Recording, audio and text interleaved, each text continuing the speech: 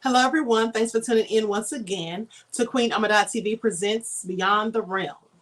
So as you're coming in, please feel free to go ahead and subscribe to the channel if you haven't done so already. Click the notification bell and click the word all so that you're notified each time the Queen Goddess goes live. All right. Don't forget to follow me on Instagram at Queen Ahmadiyyah, on Instagram at divine_goddess_27, Brighton and Patreon at Queen Ahmadiyyah, and Twitter at dgoddess27.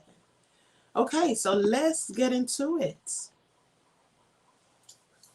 Be careful, everyone. I seen a video with coins sticking to meats. Don't eat the meats.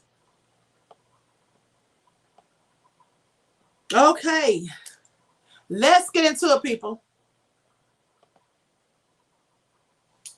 Now, this, as I said, is 3 true ghost stories. All right? These spooky tales will make you feel like you're out in the backwoods at a campfire almost. Okay. The Ghost of Oxford Milford Road is the first one. Now, when Brad Culp was a student at Miami University in Oxford, Ohio, there was a rumor that the town was one of the most haunted places in America. When Culp started an on-campus magazine, he couldn't wait to write about several of the area's most famous phantoms. Not long after his story published, though, he kept finding himself thinking about one ghost in particular, and that was the ghost of Oxford Milford Road. The story goes on to say that many decades ago, probably sometime between the 1940s, there was a young man courting a young woman in a rural part of town. Now, because the woman's parents didn't approve of the match, each night that he would visit under the cover of darkness. After her parents went to bed, the young man would sneak out of her farmhouse and flash the lights of her parents' car 3 times. Then her young suitor would ride his motorcycle down the road. So one night, he took the turn right before her house a little too sharp. This is what Culp says. Now, the motorcycle went one way and he went the other. His injuries were so severe that he did not survive. And rumor has it, however, that his love-struck ghost still haunts the stretch of road known as Milford Road.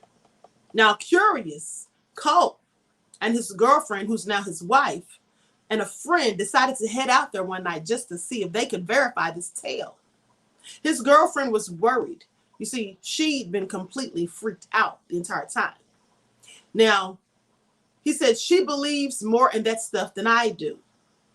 But he was mostly concerned that his suspicions, or that none of this was actually true. And he wanted to confirm it because he really didn't believe it. He thought it was just silly superstition. So anyway, it goes on to say, on this particular night, as Culp passed the abandoned farm, an idea came to him, and he pitched it to his girlfriend. How could she say no? How could she not agree with him? Though reluctant, she relented, and Culp turned a short way into the farmhouse. He killed the engine and flashed his lights 3 times. No joke, he says. There was a single headlight that appeared 3/4 of a mile down the road. He says, you saw it start to come. It was coming pretty slow, and it kept coming and coming. My wife started freaking out. It was coming closer and closer. As the collision seemed imminent, Culp turned on his car lights. He expected to see a kid on a bike or something, bailing out for his prank now that he'd been caught. That's what he thought he was going to see, but clearly that wasn't it. But he says there's nothing there. The light, it was just suddenly gone. He says they got out of the car and they walked around to try to figure out what it was that they could have seen. To this day, we still think about it, he says. I saw something I cannot explain. And if you get him and his wife around a campfire, they'll swear up and down that the story is all true. And if you ever go to Oxford, Ohio, consider parking for just a few minutes on Oxford Road, Milford Road at night, just to test your nerve if you think you're not afraid. Now, that was the first spooky story.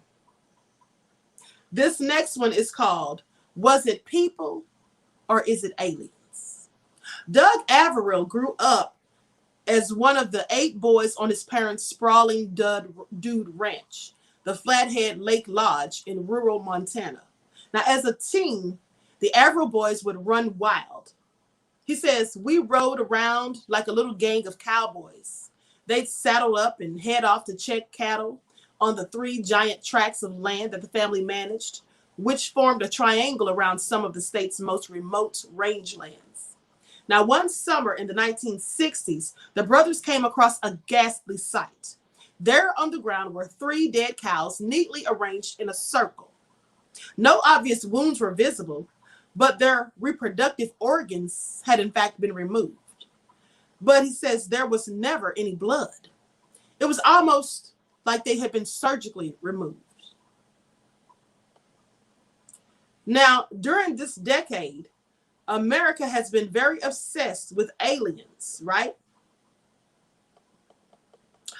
And write-ups in the local newspapers posted that perhaps this was the work of extraterrestrials. Because remember, in the 60s, there was a lot of talk about UFOs and aliens and all that stuff, right? Now, people mused that aliens had taken the reproductive organs for testing. But one day, Averill and his friends came across a lance in their path. Attached to it was a cryptic note with a threatening message that read, that's when he says that's when he thought, it's got to be people doing this. Because he read this message, right? And it was very threatening. Now, he said, then things got really strange. Over the next few days, a series of odd events happened to unfold. First, the brothers stopped in at a local bar to grab a burger, leaving their horses in the back of a stock truck. Now, the horses were packed in tightly, and the Averills were only gone for a few moments, they say. When they came back, the horses packed in the middle of the truck had mysteriously been taken out with no signs of a struggle. He says, we had no idea how they possibly could have gotten the horses unloaded without unloading all the others, he said. Now, the next day, a new wrangler on the ranch fell off his horse and was badly injured. They'd all been riding together, but not a single other member of the crew saw the accident. No one saw him fall and hurt himself. He says it was the weirdest thing. The man's injuries were so severe that he was left permanently disabled, but yet nobody saw this happen right in front of them. Finally, the last terrible thing that happened, an old camp cook drove out to meet the brothers and ride for a day. But when he arrived, the tailgate on his stock truck had somehow gone missing, even though it had been there when he'd loaded up. His horse, Betsy, had fallen off of the truck and been dragged behind the vehicle for who knows how long. They had to put her down on the spot. Now, he says, to be honest, it just killed him to see what had happened to Betsy. We probably should have put him down too. This is what Averill says.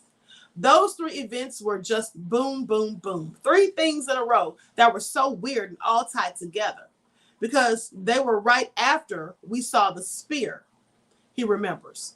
3 things like the 3 dead cows left in the circle. Now, Averill used to tell the stories from that summer around the campfire quite a bit. But over the years, he's gotten new stories, and so they've been shifted out of rotation. Besides, they're awfully grim. But he recently got a call about a downed buffalo or a bull. It was out in one of the most remote parts of his ranch. A neighbor had seen a pack of 16 wolves, and normally wolves don't bother buffalo, but it was 16 of them. So he thought, well, maybe. He went to investigate, and there lying in a snow-covered field was the bull. But there was no bullet holes or teeth marks or gashes on its corpse. Even stranger, scavenging animals and birds hadn't even touched it. He says not even the buzzards, which is really unusual, he thought. One other thing was amiss. Its reproductive organs were gone, just like the cattle in the first part. Now, there wasn't a single footprint in the snow around it, and anywhere along the mile-long walk into the ranch from the nearest road. Now, if you ask Averill whether he thinks he's dealing with aliens or humans, he'd tell you that he's pretty sure it's humans. but I'd rather say it's aliens.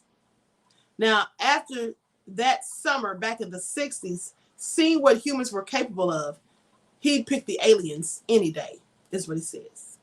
So I don't know what that was, but it sounds like aliens to me. I mean, if you all saw that movie Signs, and if you've read the stories about people in the UK that said they woke up one morning and there were dead cattle everywhere in different people's farms, and they all had like a hole drilled into the center of their foreheads, and all of the blood had been drained from the bodies, and the organs were removed. And it was done with surgical precision. And there was no splatter of blood and drops of blood just everywhere. It was just all done very neatly. Sounded like to me that it was something extraterrestrial. That's just my guess. Now, the last one is the Ghost of La Piedra ski resort. Throughout Latin America, you'll hear variations of the story of La Llorona, the wailing woman. Sometimes she's lost her husband. Sometimes she's lost her children. Sometimes it's both. But in La Parva, a ski spot in the Chilean Andes, the wailing woman is named Lola, and everyone in the area swears they knew her before she died. Now, a local restaurant owner said he dated her. Pro skier Drew Tabak said, adding that the ski patroller he heard the story from pointed to the exact hut where this tale takes place. The story starts on a nice day in peak ski season. Lola and her young son plan to spend the day on the slopes. They say, as can happen in the Andes, a thick fog arose from the valley, which often precedes the arrival of a real storm. Now, the clouds enveloped the two as they were making their way down from the top of the mountain, and they lost contact with one another. Desperate to find her son, Lola began screaming his name as she ran through the thick fog. Unable to see clearly, she stumbled down a steep slope and began sliding towards a rocky couloir. They say by chance, a local lift operator who was returning to his cabin came across her body. He was afraid she was dead, but upon closer inspection, he found that she was still alive, but just barely. Her body was covered in lacerations from sharp rocks, and the only word she said in the faintest whisper was her son's name. The lift operator worked to carefully pull her body to his cabin, which was just up the hill. He bandaged her cuts as best he could and then ran to fetch the doctor. Together, the doctor and lift operator made their way back to his huts, the fog hanging thickly in the air at the time. When they arrived, though, the bed was empty. Just the bloody sheets remained. Neither the woman nor her son were ever found, but locals have reported hearing her wail for her child whenever they go near the lift operator's cabin. And here's the thing. Tabak does not believe in ghosts. Something, however, changes when he arrives in Chile each winter. Maybe it's the fact that from La Parva, you can see the Cerro El Plomo and Incan child sacrifice sites. Maybe it's because Tabak has simply read so many magical realism books by authors like Juan Rulfo and Gabriel Garcia Marquez. But sitting alone in his cabin in the Andes with the wind whipping and the candles flickering, he swears that every now and then he just can't tell if what he's hearing is a woman or whispers in the wind. Whew. Now that's what's spooky. That sounds really scary, I tell you, okay? Oh, that sounds real crazy. Okay? I'm going to need a nightlight to sleep. Oh, FBI God says no human can do that, okay? Sounds crazy. All right, so that is your 3 ghost stories. Now, with that all being said, I have one more, and that is the one about the Axe House murder. We're going to talk about that one in just a few minutes, okay? So I hope you all are enjoying this scary stuff. All too spooky for me. But nevertheless, I did sign up for it, right? Hey, James. Silent D says ready and listening while working. All right, beloved.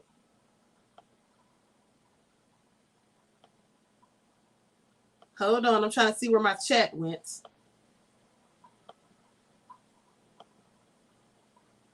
I think I clicked on private chat for some reason.